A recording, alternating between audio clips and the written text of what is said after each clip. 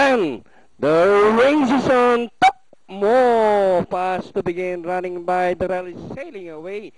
Carefree Treasure racing on the outside, Final Impact. And moving up, center number 6. And this one is Kimagure.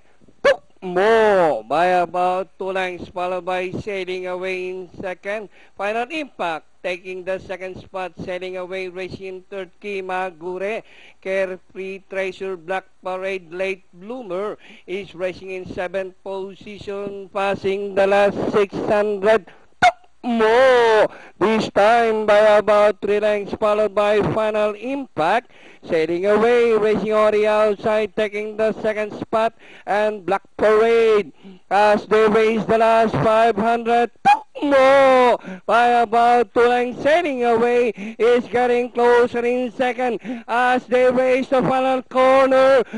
More and Sailing Away is on the outside. Black Parade sailing away.